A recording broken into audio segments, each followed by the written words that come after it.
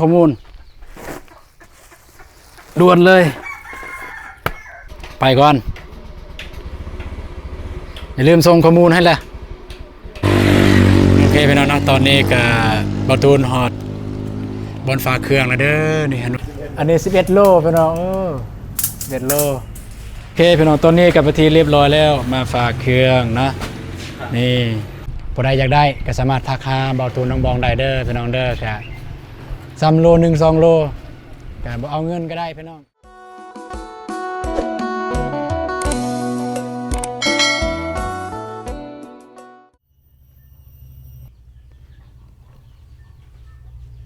กราบทักทายสบายดีเด้อสบายดีพ่อแม่พี่น้องหมดสุขสุขคน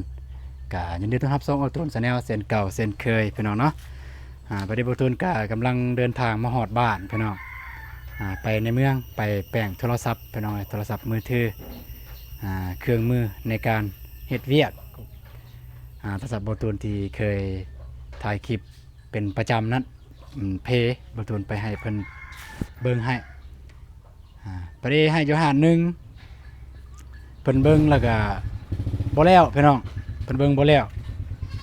แล้วก็ไปเอาแล้วก็ไปให้หานนึงอีกพี่น้องไปเอาให้อยู่หานนึงอีกให้หานมันมีหลายหานพี่น้องเพิ่นก็ให้หลายหานเพิ่นเบิ่งพี่น้องก็พอดีน้องบองเพิ่นโทรนำว่าอยู่ไสว่าซั่นอยู่ไสไปฟ้าใครแน่ว่าเพราะว่าเลือกแล้วก็มันเปียกแน่ยานมันปงพี่น้องก็คือโทดินนะยานมันปงแต่บุฮู้ว่าสิฮอดตามบุฮู้ว่าสิฮอดตามมันนะกิโลที่เพิ่นต้องการบ่ยังบุฮู้ตัวนี้พี่น้องเนาะเพราะว่าถ้าไล่ตามเมื่อวานนี้เลยฮอดไกลเพราะว่าคนหนึงต้องการ24โลบ่แล้วว่าคนหนึงต้องการ10โลก็เป็น30กว่าโลและเมื่อวานนี้เนี่ยมัน39โลพอดีเอาออกแล้วนี่เอาออกแล้วเพราะว่าเลือกเอาแต่ตัวมันดีแน่แล้วก็ล้างขี้ดินออกหลังจากล้างขี้ดินออกน้ำหนักมันก็สิเบาบานนี่ไปเบิ่งพี่น้องก็ไม่แต่ว่าสินี่ตัวดินอยู่นี่พี่น้องเนาะนี่ก็ไม่ได้ว่าสิฝากตัวผู้ที่โอนเงินมาก่อนหั่นพี่น้องเนาะตัวน้องบองเอาเงินนำเพิ่นไว้ก็สิฝากให้เพิ่นตอนนี้ร้านกำลังไปเอาตะซิงอยู่ก็สิลองสั่งเบิ่งมาเท่าใดเดี๋ยวที่เหลือก็สิซื้อให้เพิ่นถามว่าตัวนี้กำไรบ่น้องบองเพิ่นเฮ็ดแบบนี้ตามบ่ตูนเบิ่งน่าจะบ่กำไรบ่ได้กำไรแต่ว่าเฮ็ดเพื่อและเพื่อพ่อแม่พี่น้องเพิ่นที่เบิ่งคลิปแล้วก็มีอีกมีแม่อยู่ทางนครหลวงว่าเพิ่นเสร็จถามเมื่อกี้นี่ว่ายังมีบ่ทั่วดินว่าสนใจว่าโลเท่าใดอันนี้เมียเป็นคนตั้งราคาพี่น้องบ่ฮู้ว่าเพิ่นเอาราคาเท่าใดน่าจะแม่นซ้ำเท่ากันกับคนอื่นนั่นแหละที่แน่ๆในบ่ตูนคิดว่าน่าจะประมาณ 12,000 กีบต่อโล12,000 กีบอยู่นี่บ่ฮู้ว่าสิฮอดหรือบ่10 โล10 โล10กว่าโลพอดีนี่ลานมาแล้วพี่น้องเอ้ยมาแล้ว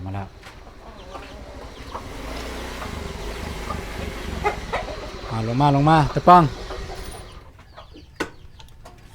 เจอไม่หยุดต่อไปลงมาหยุดยอได้บ่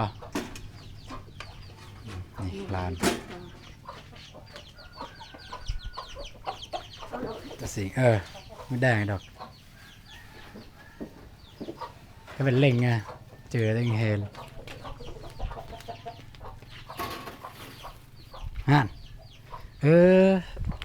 21 โล21 โลไปหน่อย21 โลเด้อพอดี21 โลกะเพราะว่ามันบ่พอพี่น้องเอ้ยบางเทื่อกะ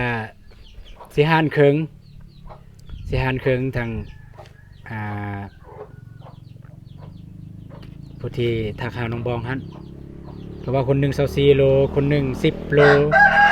เพราะฉะนั้นต้องเป็น เสาแต่ไรเนาะต้องเป็น34 โลแต่อันนี้หายไปแล้ว19 โลเพิ่นเนาะโอ้โตหายไป18 โลเพราะว่าเมื่อวานนี่มัน39 โลตอนนี้ยังเหลืออยู่21 โล21 โลเนี่ยโล 12,000เบิ่งเด้อโล 12,000เบิ่งสิเบิ่งโล 12,000ก็ประมาณอยู่200,000พี่น้องเอ้ย ยำเสือดาบเด้อ 200,000ปลาย ไม่ได้เสือดาบ อืม ประมาณอยู่200,000ปลายเพราะว่า12,000เนาะพี่น้องเนาะ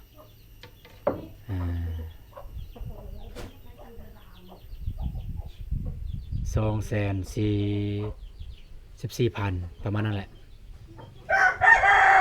มันสิคู่มีหยัง214,000เอ้าเมียเลยว่าน้องบองซื้อนำกระเจ้าเนี่ยเท่าไหร่เนาะ 7,000 บ่ 7,000 หรือว่า 6,000 ให้พ่อแม่พี่น้องลองเฮ็ดไล่เบิ่งว่ายังเหลือเท่าใดเด้อ ถามว่าบ่กำไรบ่กำไรดอกประมาณนี้เด้อพี่น้องเด้อเดี๋ยวเราถ่ายน้องบองเพิ่นมาก่อนเดี๋ยวสิถามเพิ่นลมกันจังไดกับลูกค้าหั่นเพราะว่าทุกมักทั่วเฮาบ่ฮอดตามที่เพิ่นต้องการและเพิ่นสิเอาบ่ตามที่เฮามีเพิ่นสิเอาบ่โอเคน้องเนาะพี่น้องน้องบองมาแล้วพี่น้องเอ้ยคิดว่าเราไปใส่ตูนมาเฮือนบ่เห็นเราที่แท้เราก็ออกไปซื้อนะนี่กระสอบตัวสีแบงกระสอบสีแบงนี่แหละ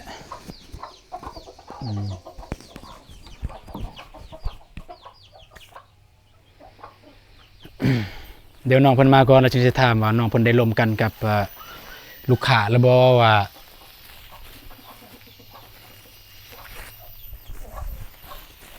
เพิ่นสิเอาเลยบ่ตามที่เฮามี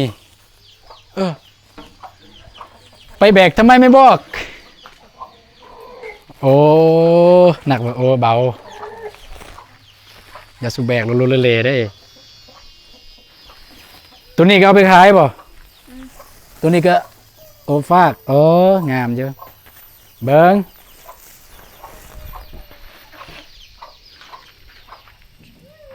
25 โลไม่ได้ว่าจังซี่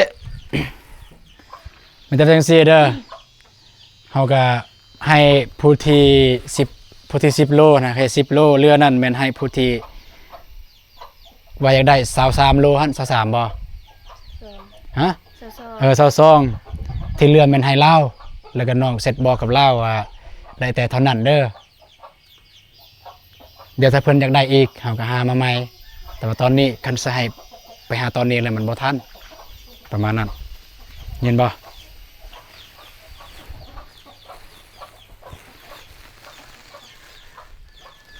ถือว่างามอยู่ได้พี่น้องเอ้ยงามนี่มันก็สำนีเห็นแล้วเอ้า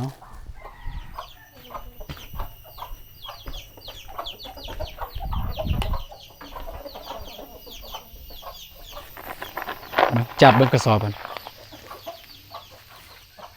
มันเป็นใส่หั่นบ่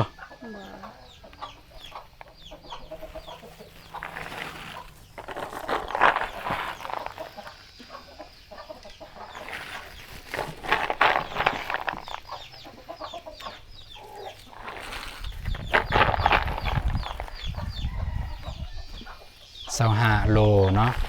25 โลกะตักเอา30 โลที่เหลือแม่นให้ผู้ที่ว่าอยากได้23 โลหั่น22 โลหั่นที่เหลือ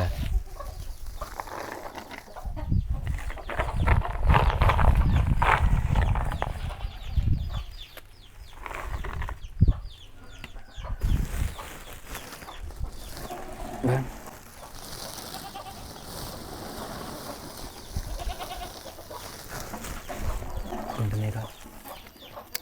เดี๋ยวยัง3 โล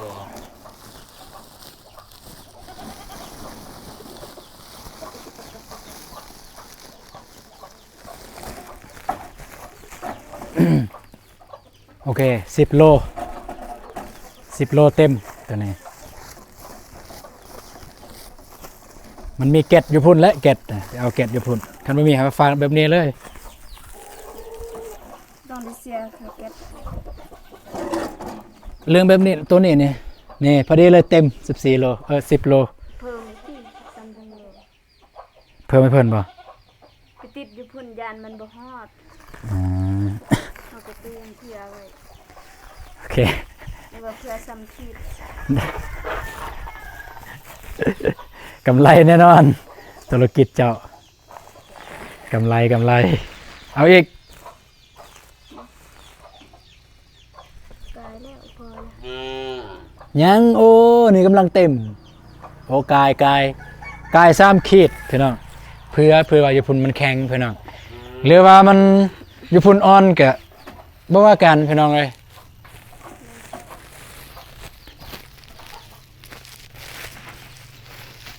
ใส่เป็นซองสอบเลยซอง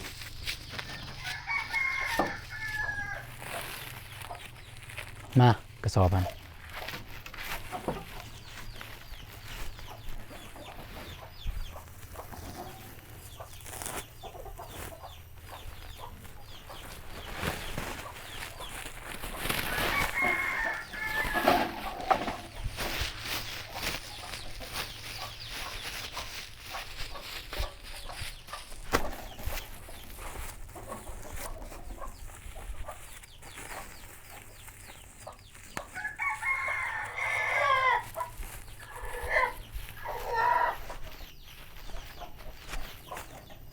เรียบร้อย10 โลกับ3 ขีดตัวนี้เด้อพี่น้องเด้อเอาบัดนี้มาตัวนี้อีกเท่าใดจับเบิ่งก็สิจับไปถอก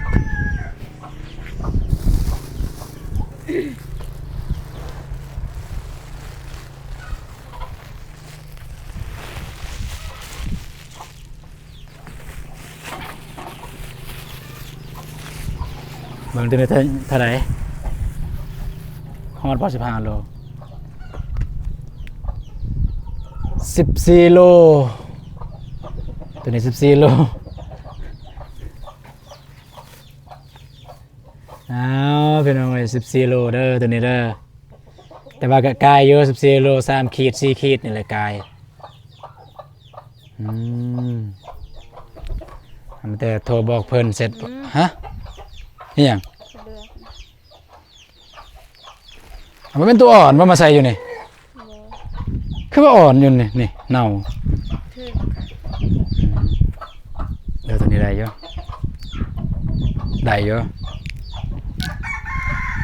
เต็มเยอะแล้วก็มี FC คอมเมนต์เพิ่นเข้าใจอยู่เพิ่นว่าทั่วดินนี่มันเรื่องปกติเพิ่นว่ามีตัวอ่อนมีตัวแก่เพิ่นว่าเรื่องปกติอย่าไปซีเรียสเพิ่นว่าแต่ว่านี่สุดที่จะเลือกเลยได้พี่น้องเอ้ยสุดที่จะเลือกนะโอ้เห็นไก่พี่น้องเอ้ยตายแล้วถ่ายมาตั้งดนเห็นไก่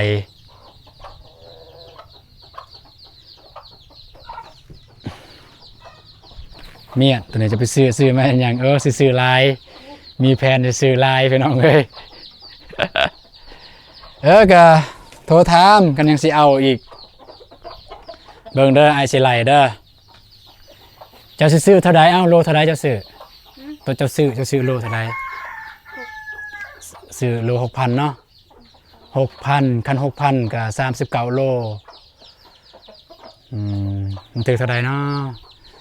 จิบหัวเด้คันเว้าไหลเรื่องเลขนี่ใส่โทรศัพท์ไหลบ่สิเบิ่งกำไรเท่าใดสิเบิ่ง ปิดเครื่อง ปิดเครื่องป่ะกระยาละโอเคมาบัดนี้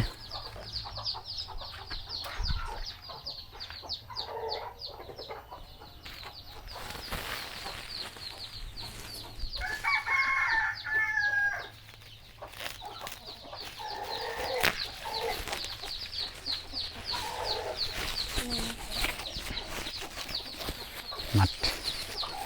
มัดก่อน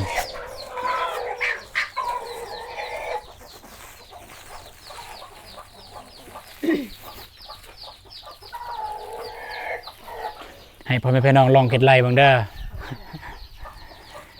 น้องบองซื้อ โลหันแสนเศร้า น้องบองซื้อโล 6,000 แล้วก็39โลแต่เฮาซื้อมาแล้วตอนนี้คัดมาแล้วยังเหลือ21โลแล้วน้องไข่โล 12,000ลองเฮ็ดไร่เบิ่งว่ามันถึงเท่าไหร่พี่น้องเอ้ย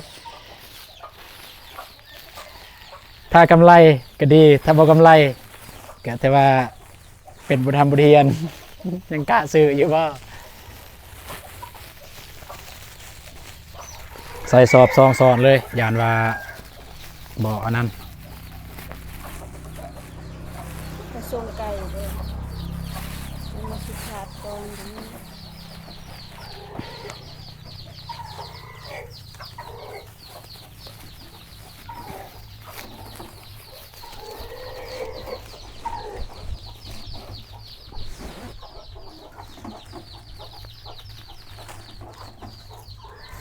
มันยากเลยน่ะ ยากบนใดนี่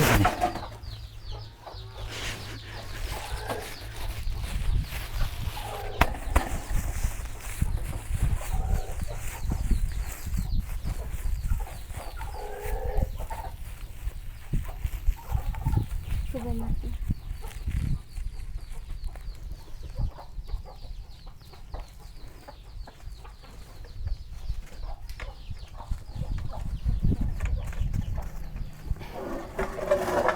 เบิ่ง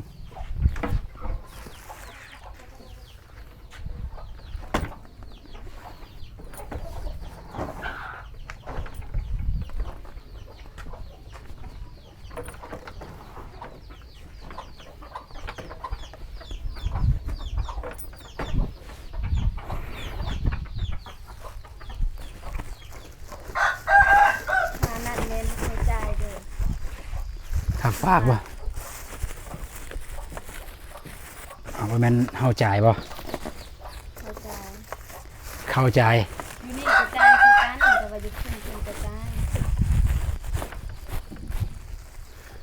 แต่ว่าเฮาจ่ายอยู่นี่เงินมีแต่ว่าค่าบินหั่น5,000บ่แต่ว่าค่าฝากนี่เขาจ่าย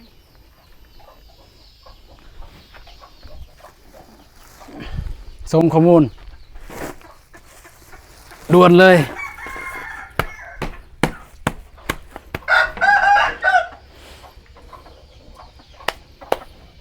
บัดนี้ส่งข้อมูลมา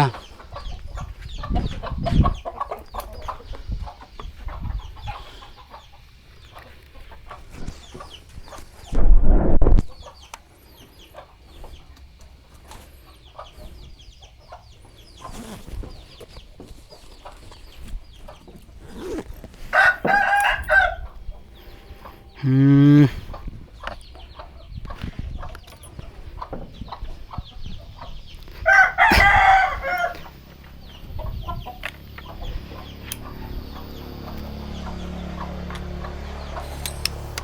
พอดีตะเวนตอนนี้เวลา3 โมงพี่น้องเอ้ย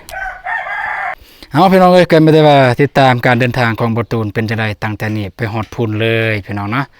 ไปก่อนอย่าลืมส่งข้อมูลให้ล่ะเงินนี่เขาต้องจ่ายเฮาเท่าใดเก็บใส่เลยตัวเราบ่ทันจ่ายอะนะรายรวมแล้วก็ส่งข้อมูลให้ค่อยเพื่อค่อยได้เว้าถึกรายละเอียดนำพนักงาน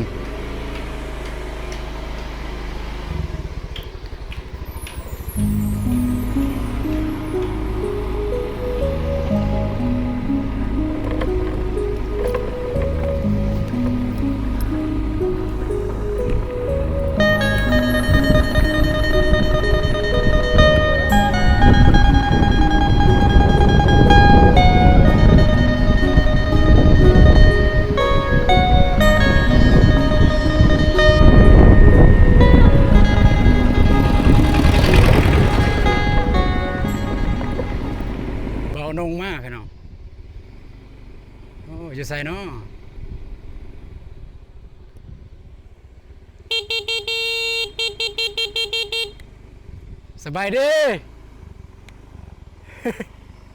เป็นยังโอ้เบาหนุ่ม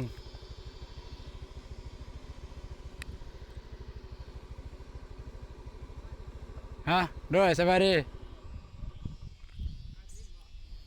แมนสิไปส่งทุดิน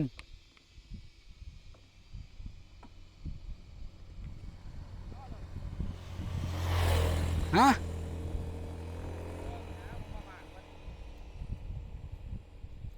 เอามาตอนนั้นยังได้หน่อยตอนน้องมาแมนยังอยู่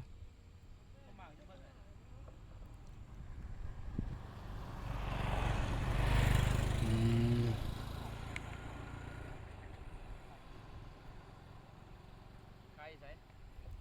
พอดี FC น้องบองเพิ่น โอ้พัก แม่นว่าอยากได้ว่าอยากอุดหนุนน้องบองแต่บ่ฮู้ว่าสิกำไรเลยรูปทุน เออ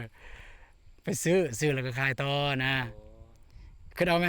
ตอนไปซื้อ39โล ยับมาเลย บัดนั้นล้างแล้วเลือกแล้วยังเหลือ25โล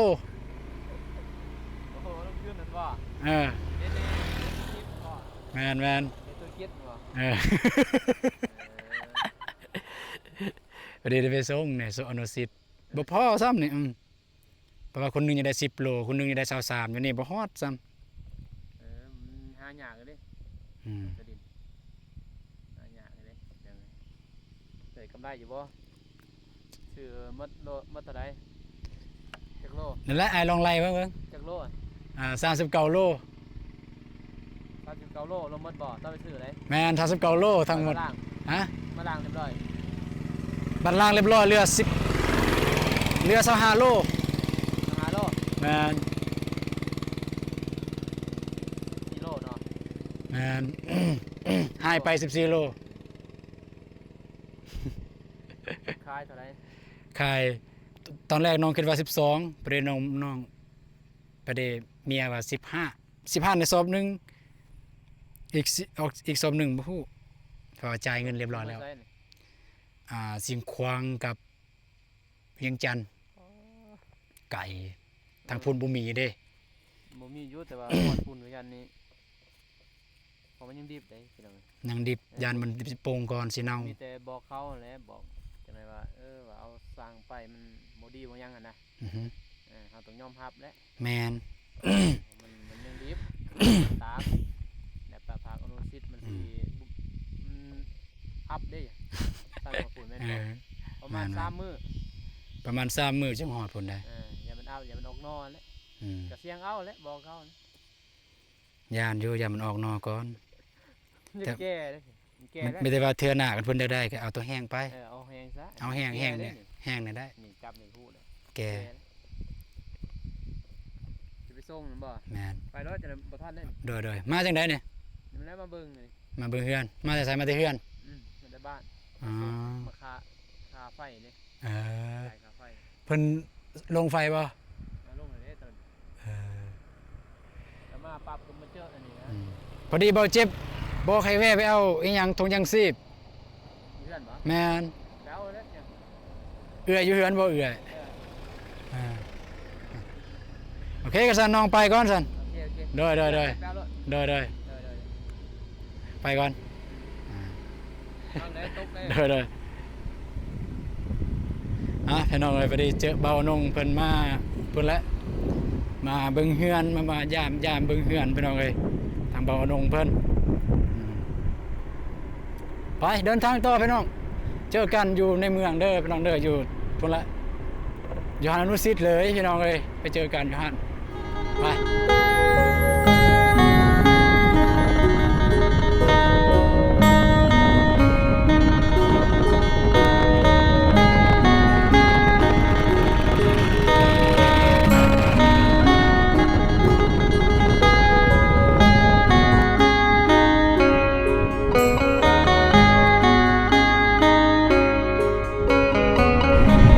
ตอนนี้ฮอด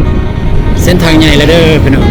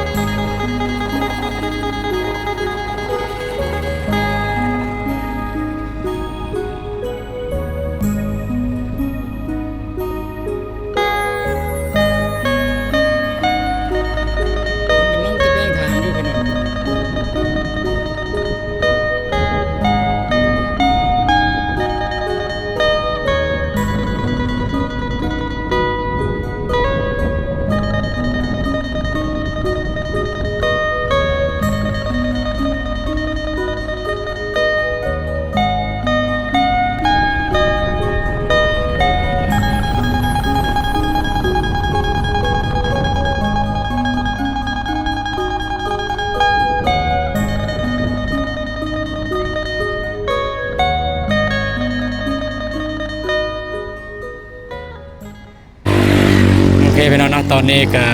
บอตูนฮอดบนฟ้าเครื่องแล้วเด้อนี่อนุสิทธิ์พี่น้องเอ้ยเดี๋ยวบอตูนขออนุญาตเข้าไปฝากเครื่องก่อนพี่น้องเนาะเพราะว่าข้อมูลมันอยู่ในโทรศัพท์นี่ก็เลยต้องจำเป็นต้องได้หยุดคลิปก่อนพี่น้องไป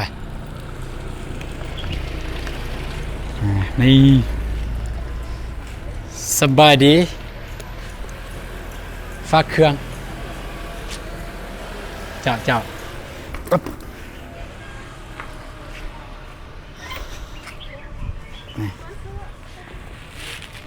อึ๊บ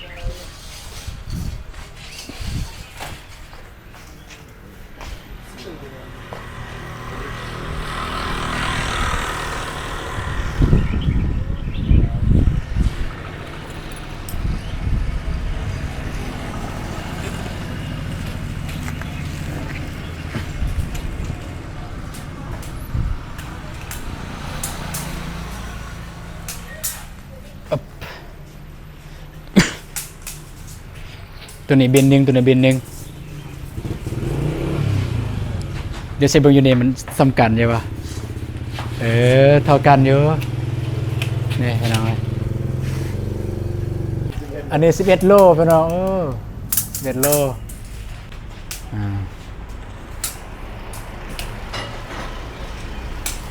โอเคพี่น้องเดี๋ยวดูตูนกับสิหยุดคลิปก่อนโอเคพี่น้องตอนนี้กับพิธีเรียบร้อยแล้วมาฝากเครื่องนะนี่พิธีเรียบร้อยแล้วพี่น้องอันนี้ก็แมนยูนะ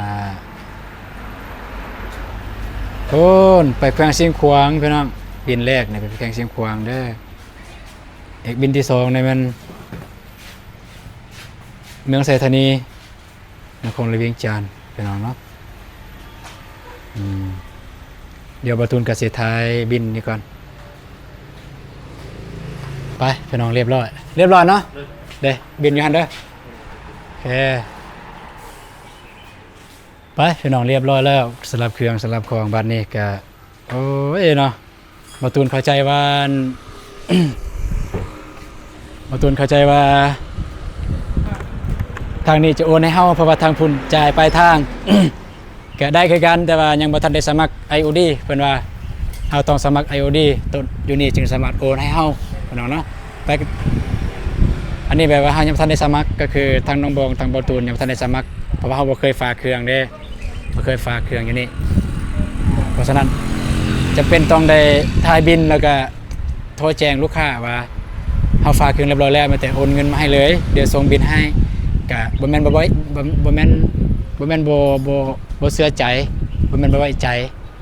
แต่เพื่อความสบายใจพี่น้องเนาะโอเคพี่น้อง สำหรับคลิปนี้บอตูนก็จะได้จบคลิปเพียงเท่านี้ก่อนพี่น้องเลยก็จะได้เดินทางพอละจะไปเอาเครื่องของบอเจ็บเพิ่นอยู่เฮือนเบาอนุ่งทางเครื่องทงยางซีบเนาะบอเจ็บเพิ่นหาบอตูนเพราะว่าบอตูนได้เข้าในเมืองหลังจากนี้ก็จะได้กลับบ้านกับเพื่อนกับซานแล้วก็บางทีบอตูนจะไปเยี่ยมน้องกระเดยพี่น้องเนาะ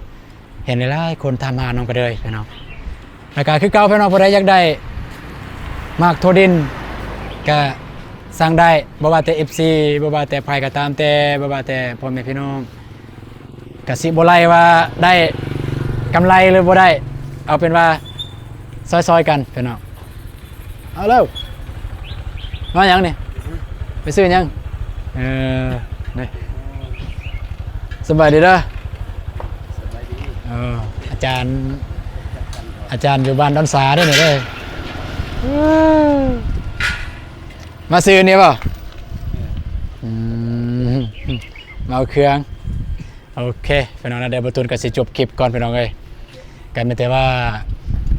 ผู้ใดอยากได้ก็สามารถทักหาเบาตูนน้องบองได้เด้อพี่น้องเด้อก็3โล1 2โลก็บ่เอาเงินก็ได้พี่น้องก็สิหาไปฝากซองมาก็มีอยู่ส่วนแม่เฒ่าพี่น้องเอ้ยสิไปลกเอาน้ำส่วนแม่เฒ่าเลยสิไปลกเอาน้ำส่วนแม่เฒ่าฝากให้ผู้ใดอยากกินสำหรับ FC เด้อผู้ใดที่ผ่านมาเห็นคลิปนี้ผู้ใดอยากกินก็สามารถทักหาได้พี่น้องเนาะ3โล1 2โลก็สิบ่ว่าบ่เป็นหยังดอกไปพี่น้องเจอกันในคลิปต่อไปพี่น้องสำหรับคลิปนี้ขอตัวลาไปก่อนสบายดีเด้อพี่น้องไปจะได้มาเฮือนมาซ่านแล้วพี่น้องเอ้ย